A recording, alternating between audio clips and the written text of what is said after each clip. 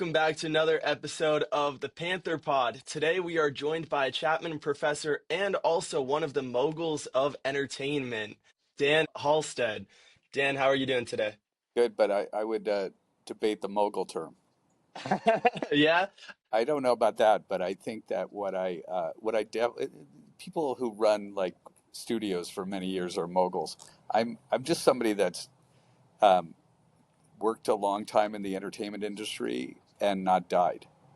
That's fair. If you're down to give a quick uh, little context of who you are in the entertainment space before we dive into your background and how you got there, I'd love for you to just do a quick introduction. Sure, I'm the owner and president, I guess, of the company called Management, which is a talent management company in Los Angeles and New York. We also have an office in New York, and uh, we represent mostly writers for television, film as well, and some directors, some actors, but focusing mostly on prestige TV drama. I would say is our brand. And you didn't start there, though. You've had a career exploring all avenues of the entertainment industry. What do you say? Yeah, um, I have, and I think one of the things that I'd like to believe makes me a pretty good manager, good at what I do, is both having a lot of years under my belt of experience. The kind of Malcolm Gladwell 10,000 hour, thing that people talk about. But I think also just having different experiences. I've been a studio executive, I've been an agent, I've been a producer. So when we're talking to clients, I can put myself in the producer shoes, the agent shoes, the studio shoes, and translate. Here's what I think they're really trying to say, or this is what they need from you. Here's what is important to them and why they're under pressure, and be able to describe. I remember when I was a studio executive. Here's what I needed, and this is why what we're advising you hopefully will be successful. And I think it adds a lot of value. So, because of this, you've also been put in the position of teaching a class called Finding a Job, which is one of the most popular classes at Chapman. I've heard about it for years Hmm. within Dodge. And I think you have a really unique perspective knowing all these different sides. So, you're really able to give students an insight on how to break in. Um, so before we get started any more in your career, I'd just love to take a step back and figure out what got you into the entertainment industry. I saw that you grew up in New York, then moved over to LA Hmm. for high school. Did you always know growing up in like these big media centers that you were interested in entertainment, or how did that happen? Now, I would say it's what's funny is I think a lot of people. It's great that you're in film school and you have a focus on that. But truly, back in my day, and most of my generation, I don't think maybe thought about being in the film business. There's a lot of English majors, there's a lot of art history majors, and so I don't think it's a prerequisite to go to film school, although it really is helpful, don't get me wrong. And so for me, I was studying to go to law school, and that was my goal. But when I was going to UCLA, I took a Italian cinema course that lasted a full year. It was three different quarters at UCLA, and we did neo-realist films like Bicycle Thief and Rome Open City, and then I went to Fellini films in the '50s, and then the '60s. Started getting into New Wave, French New Wave, and I really hadn't been exposed to film in that way. I always went to movies on Friday night, with my friends and things, but I never really understood film like that. And so when I was beginning to go to law school and starting that, I got offered a job by my sister's friend who I knew, who had just become president of 20th Century Fox. His name is Scott Rudin. He's kind of a famous, somewhat infamous producer. And he asked me if I would help him set up his offices because we were friends, and offered me some money to organize it because he knew how organized I was and fastidious. It was OCD before they defined it back in the day, before medication. So I organized his office, and he came in Monday morning and offered me a job. And I was like, well, I'm going to law school. I don't really want to work at a studio. And he's offered me such a good salary and convinced me that I didn't want to be a lawyer. And as a result, I went to work for him. And so that really began my career. It was really more you could say serendipitous or accidental. So do you think your background in law helped you set you up for where you ended up? Because I know a lot of agents in the past went to law school, Yeah, I did not graduate law school, and but just the knowledge of it. yeah, yeah, I think, well, I passed the LSAT, I guess, is but my credentials. So I'm not a lawyer, but I play one on TV, as I like to joke. But I do think, yes, I think what happens quite often is that whatever training you have in school, you think, how is this going to apply everywhere? But you'd be surprised how some of the courses that you take, some of the things that you learn along the way have applications later. And that's the hardest part, I think, for people your age, is to really see, how it's all going to play out in time. It's so hard to imagine, seeing over the fence and seeing how, wait, how is this going to benefit me? I don't understand, but it does, and I think that's the wisdom of age, maybe, but also just seeing the application of, oh, that job that I did that I thought was a waste of time turned out to be actually remarkably effective for my skill sets that I use today. Would you tell me a little bit about your time with Scott Rudin? How was it climbing up? Because you were an assistant, right? And Yeah. took you how many years to become an agent? So what happens is most entry level jobs in Hollywood are being an assistant, being in the mailroom, working at an agency, working for a producer, working for a writer, showrunner. And, you know, someone gave me very good advice early on. It's not about the money or the title, it's really about who you're working for and with. And it's really true. If you can get a great mentor, somebody that has agency, someone that has real uh, awareness of the business that can mentor you and teach you. I think that can be a great opportunity to learn and grow and a pathway to being successful. If you look at people who are successful in our industry, a lot of people, it's almost like a lineage, like if you watch the Kentucky Derby, you could see how a horse, came from certain families or certain things. So there are a lot of disciples of Scott Rudin or from, that era and, multiple years. There's a lot of people that worked for Katzenberg or Michael Eisner at the Disney company, and so on. So there's certain people that have mentorship.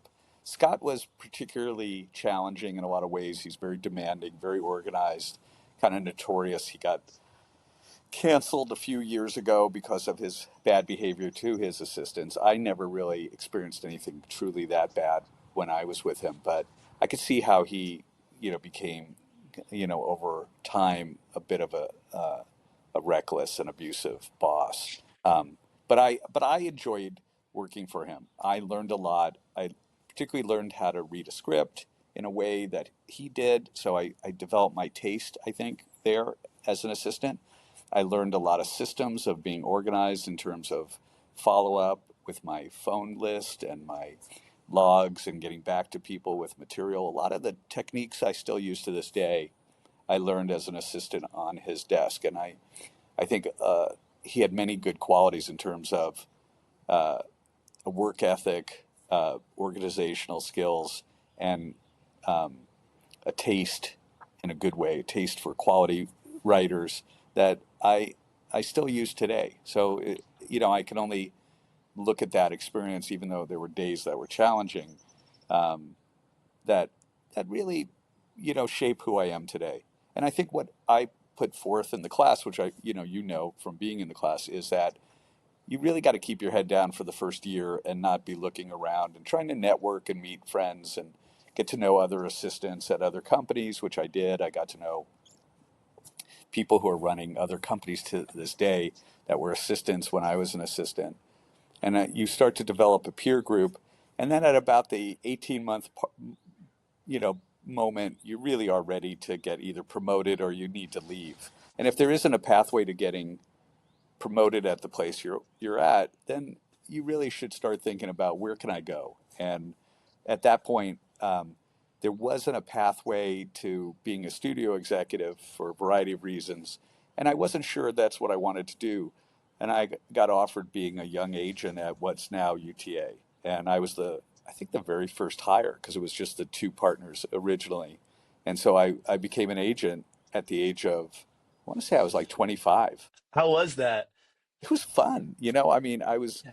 just kind of let loose. We had really good clients. I was able to go sign, my own clients. It was a time when there wasn't a barrier to entry. Like anybody could write a spec script about a good idea. So like we sold something about Mary, we sold RoboCop and K9, a bunch of movies like that. And it was a fun time to sell uh, spec scripts by unproven writers. It was a time when, as a small boutique agency, we were competing with Mike Ovitz and CA, and we were able to carve out our own, lane and niche. I was able to go to like film festivals that were just starting at the time, like Sundance was just beginning, and so I I I was I'll tell a funny story. I was just at the last Sundance in Park City, and it was my daughter who works in the film industry now, works for Fifth Season, was there, and so it was surreal to kind of be with her. She's was my age when I went there, 26, and so we were hanging out at a party for CA or something, and watching her with all her friends in the industry, and just remembering, some 30, I don't know, 6 years ago when I was going to that festival, by at her age, and kind of Must throw going, you back. yeah, going to parties and stuff. It made me feel pretty old, but it was really fun. And then I remembered how I came back and tried to submit my lift tickets for reimbursement, to my bosses, and they're like, Yeah. "We're not reimbursing you for lift tickets." And I'm like, kidding? All the other agents are on the slopes. That's where all the directors are. If I'm gonna meet anybody, I gotta be on a chairlift. I gotta you gotta give me the reimbursement. They're like, That's where they're signing, right? yeah, exactly. They're signing on the slopes, and he's like, okay, I'll give you the lift tickets, but I am not reimbursing you for the ski outfit. There's no way. And I go, are you kidding? The CA guys had logos on their shirts and on their jackets. They had William Morris across their jacket. I mean, what am I supposed to ski in? Torn jeans? And he's like, I'm not paying for the lift tickets if you keep going. I go, okay, I'll take the lift tickets. I'll take the We'll compromise there. exactly. So I just had a lot of fun as a young agent, and it was just a really good time going to premieres, and just had so much fun. Really great times. Were there any clients that had no reputation before you and then you saw something in them and they really blew up during your time as their agent? Yeah, I think I did. We did Bill and Ted's Excellent Adventure. That was like a movie we put together. Steve Herrick hadn't really done much. I kind of got famous for this. I don't know if you ever saw it, a movie called K9 with Jim Belushi, and it was because these writers had never written anything before, and we sold the script for like $1 million about a cop in a Yeah. government show. It was a cop that it was a it was basically 48 Hours, had come out, the Eddie Murphy movie, and so there were a lot of like cop and a partner, movies like Beverly Hills Cop, and so it was a cop and a dog. Somebody had come up with that, and it wasn't good, but it was an idea, and selling it for $1 million kind of made me somewhat famous as a young agent. So would you talk a little bit about packaging was really just starting off when you were Yeah, coming up as an agent. Is that right? yeah. So we did some packaging. We represented Michael J. Fox at the time, and he was Mhm. working on the movies like Back to the Future, and we represented Brian De Palma and a writer that I represented, a playwright named David Rabe, and we put together our own package of a movie called Casualties of War, which was a Vietnam movie, which nobody saw. And so I'm not a big fan of packaging. I know that, if you have a lot of stars like Redford and Sidney Pollack and those kind of things, there certainly were some good movies. But I think more often than not, I bet if you used AI to analyze movie packages coming out of agencies, they probably grossed less than the movies that were packaged organically, in a free market way. So we did some packaging ourselves. We did Bright Lights, Big City. I remember put that together. I did a movie with we represented Anthony Michael Hall at the time, the actor. So we put him in a movie with one of our writer directors. Again, another stinker. And the problem with packaging is if it works, you're a genius. But more often than not, it won't work. And then every client wants to fire you. So you don't just lose one client, you lose three. So I think it's not a great business model, in my opinion. Yeah, that's pretty funny. I never thought about the flops. You can lose so Yeah. much more in it. Yeah. So the next thing I want to talk to you about is your pivot into producing. How did that come about? Right. Well, before that, I went to be an executive at Disney. So my journey was I worked as an agent for about 4 or 5 years. I was very successful. I got to know a lot of the studio executives around town. And one of the execs I got to know was Jeffrey Katzenberg at Disney. And he started a new division called Hollywood Pictures. If you remember the logo, the Sphinx, we used, Yeah. we used to joke if it's the Sphinx, it stinks. And my, my he recruited me to say, why don't you be an executive here? So I was kind of I had gone to Marty Bauer and Peter and asked them if I could get my name on the door, because at the time, before it was called UTA, it was called the Bauer Benedict Agency, and I said I'd like my name on the door, and they said change your last name to Agency and you can have your name on the door. And to this day, if I see one of them, Peter Benedict still alive, he'll say, Danny Agency, how are you? He jokes around.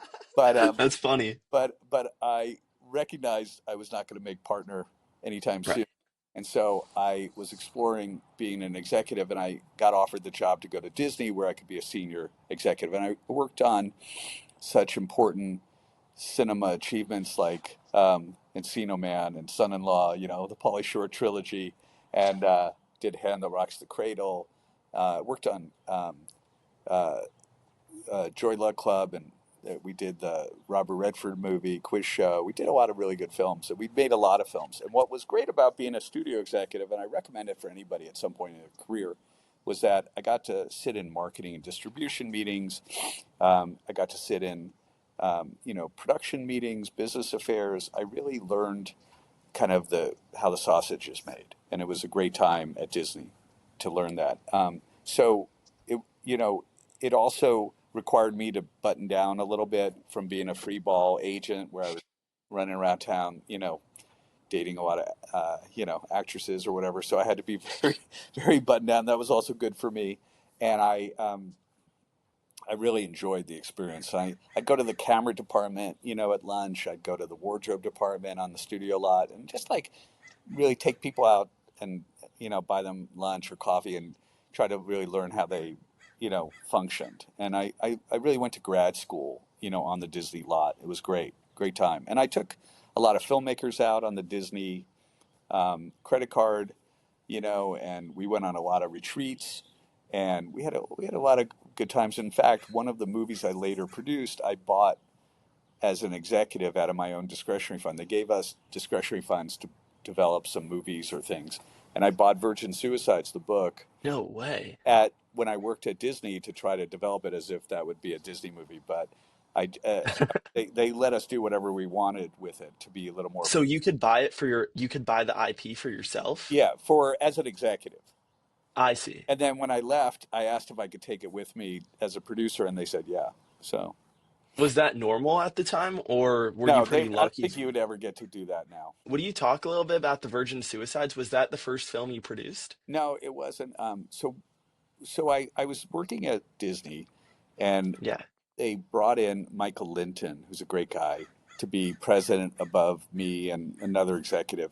And so in Hollywood, if you're working at a studio and you don't get the top job, you leave. It's that simple. So I just saw the writing on the wall when they didn't promote me or my friend Charles, and so as a result, I had to leave, and I knew Oliver Stone at the time.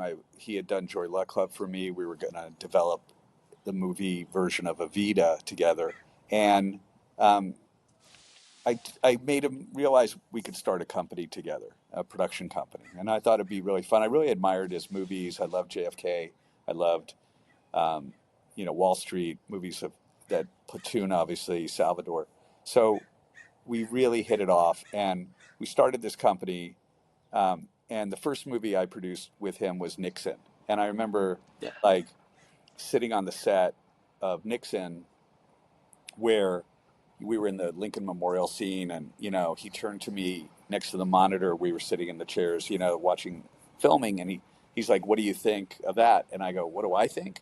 You're Oliver Stone, man. Like like I'm Dennis Hopper in Apocalypse Now. I'm like, I don't know, man. Yeah. You're talking integers, like." And then by the end of our relationship on Any Given Sunday, I'm like, Oliver, put the fucking camera here and do this, and you better do this, and if you don't get this shot, I'm gonna fire your ass off this movie. It went from like adoration and awe to like contempt. By the end, Of course. and so I was producing with Oliver, mostly his stuff, made a bunch of movies, um, things that were really fun. Like U-Turn was a fun movie to work on. Any Given Sunday was really fun if you like football, and then I started doing some independent financing things. And Virgin Suicides was a project I kept developing myself. It was outside of the deal with Oliver, and it came together with Sophia because she really wrote a script on spec that we never read before, and she just came to us and said, "Would you read it?" And I said, "Yeah, okay, sure." And it was better than what we were developing, so we decided to go with her. So then working with her, what was that experience like too? Well, she's a real artist, like in the true Yeah. sense. She really is somebody who is like a artist, and I just think she's an extraordinary talent and just has a real vision for you know film, and obviously grew up in the legacy of Francis. I met a guy who was willing to put up some money for movies, and he was kind of semi in love with um, uh, Natalie Portman. He had met her at a charity event, and so I called up Natalie's agent. I'm like, "Do you have anything she's in?" And he sent me Garden State, and that's literally how that movie got financed, on a crush. I think I did like 20 some odd movies during the period of 5 years, 6 years. And I made, some really good money. I also started my family during that time because I got married, had two daughters. And what I started to realize was that I'm sitting in Toronto, with the fur on my hood, like that, and like my all my people are working in Santa Monica in beautiful weather, looking out at the ocean, and I'm in Toronto, freezing.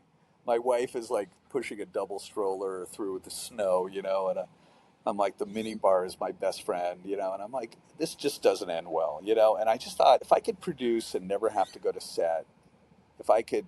Um, like be an agent and never have to be in a staff meeting.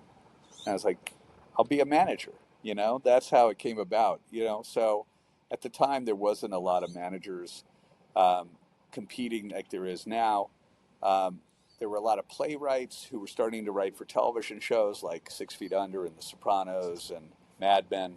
And I started to develop relationships in New York because I was in New York a lot with playwrights who started to transition for TV, and that's how we kind of grew our television business.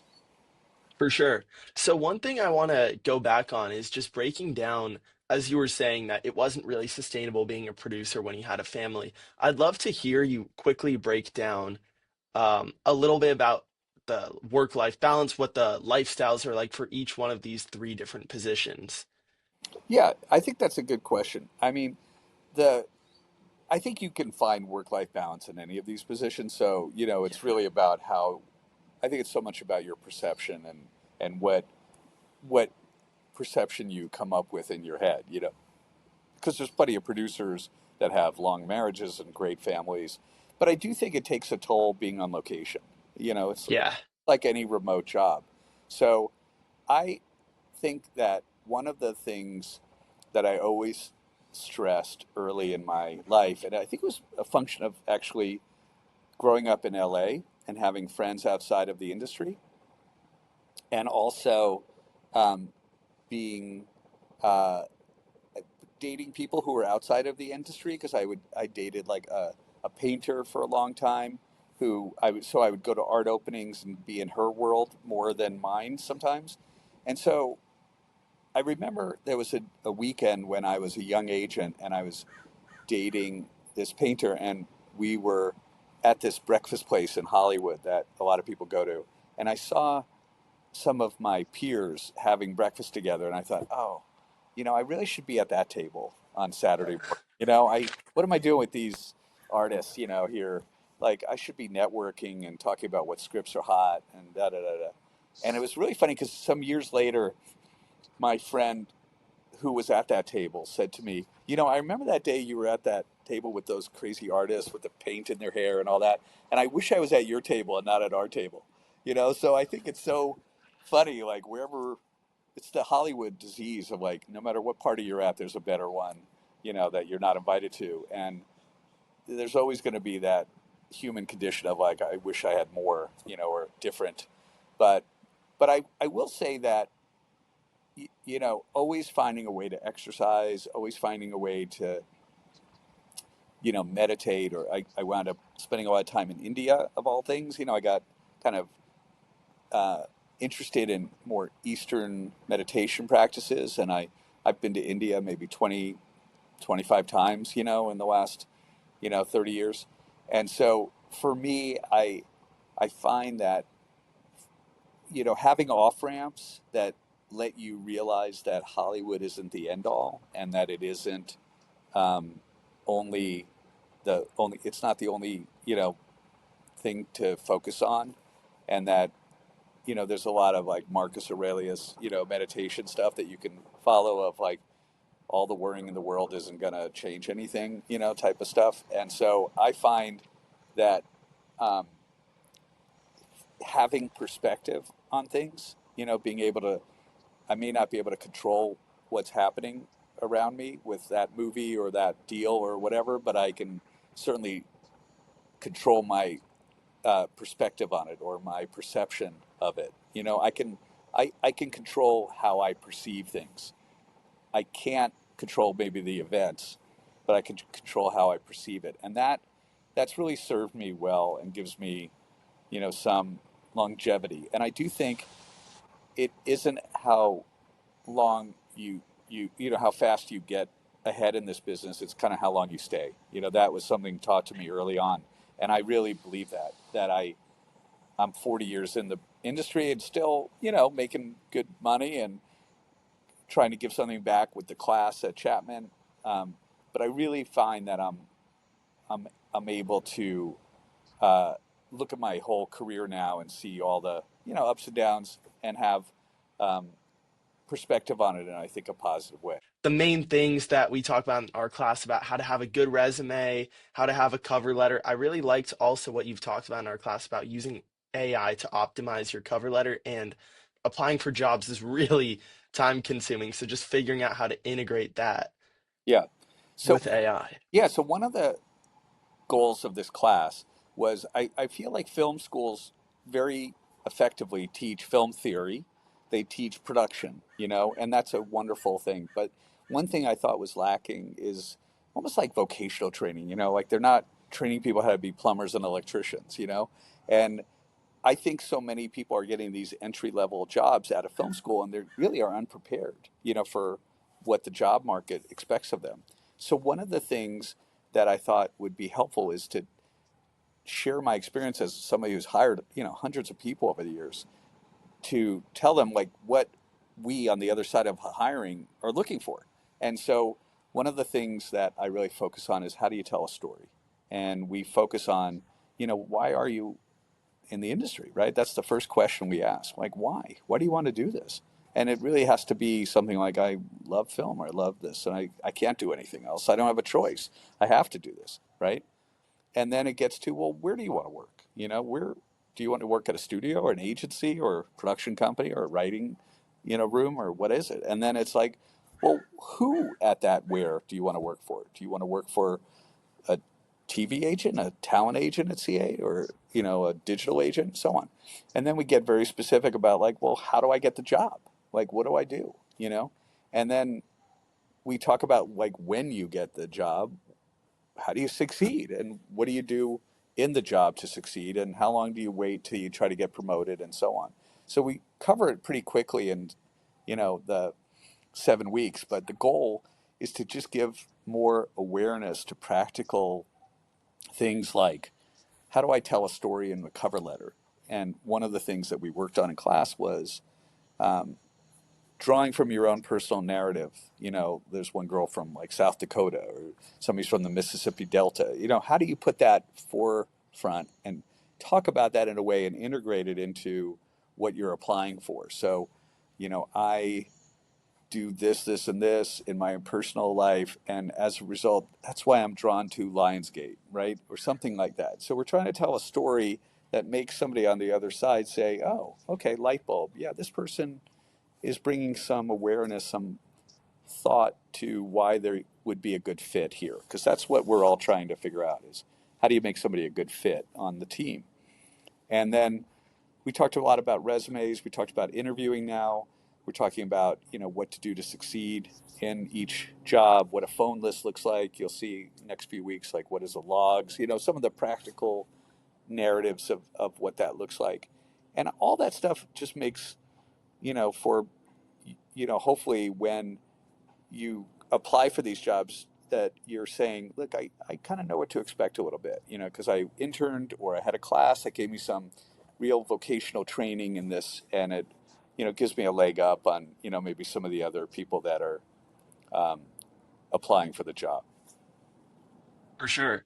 So then another thing that I was wondering if you would touch up on too is how AI is impacting the industry and how you've talked about integrating it to keep up with the times. Yeah. So without a doubt, we're in this, period where AI is playing a role in every part of our business life, including Hollywood. And so I think it's insane for students not to be aware of that, right? And not to use it as a tool. And I really stress, I think you got this in class, that it's a tool. It's not an end user, so you're not going to be able to have AI write your paper. It's going to be obvious, and there's tools to show that you did use AI, so it's silly. But where it can be helpful is um, how do I condense things? How can I use the large language model to effectively uh, make what I'm writing better?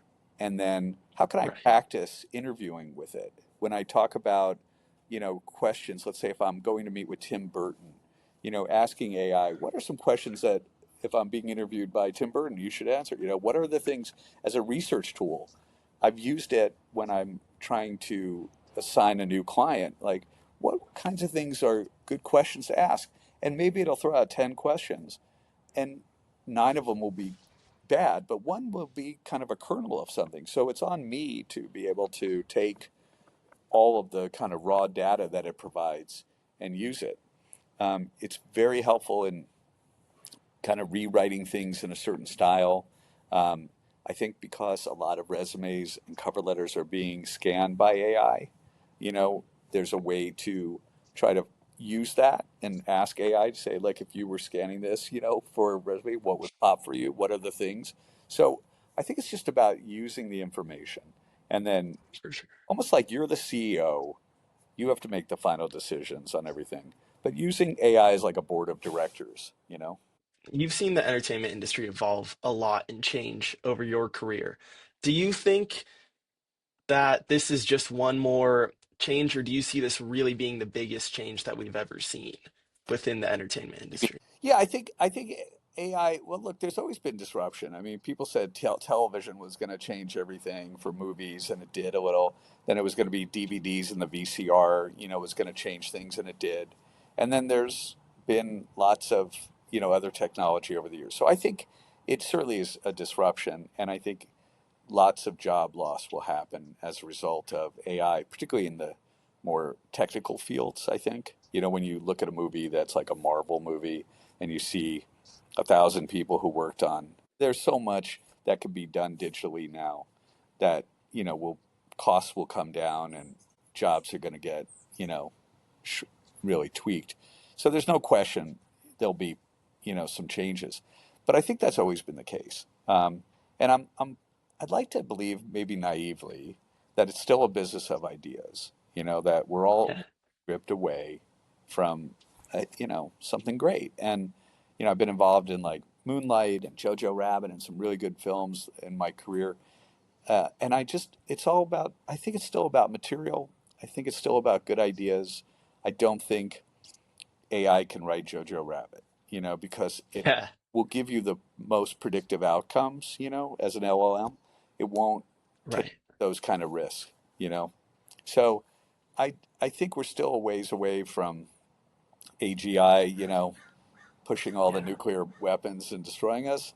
So I'm just going to enjoy, a beautiful Friday that's like sunny weather. I'm up in Santa Barbara. I'm sitting on my porch, And then about the merger you asked about. So Yeah. I think there's a real sadness because people perceive the Paramount version of the sale to be a very, very difficult one, meaning like that there's going to be a lot more job loss. There's certain advantages to it, but certainly there'll be a lot of duplication and a lot of cost savings, by human capital getting fired. So a lot of our friends Right. are pretty sad and upset about it over there at Warner's. I just don't think anybody really knows what's going to happen, Yeah. So I do think Paramount and Warner's combination is going to be a much smaller focus, and Yeah. there's going to be such a huge debt load, that is going to need to be serviced, that it's going to impact a lot of film growth and TV growth. There's no question. So I look, it's sad to lose an iconic studio like that, and you know you saw what happened with Fox, being sold to Disney, Yeah. and I predict something similar. It'll just be absorbed and kind of gone, and it won't. It really will be a big library of stuff that will be carved up on TikTok one day, and it's a little bit beyond my, you know, capacity to imagine what it really is going to look like, is to just focus on what do I need to do today. I've got a writer working at CBS, and, I got to close this deal at Netflix, and I'm just going to focus on what's good about my life today and not, you know, the fear of the future. There's a big thing I was watching Jerry Seinfeld talk about. He likes Marcus Aurelius's meditations, and he was talking about like all the worrying in the world doesn't change anything, and Yeah.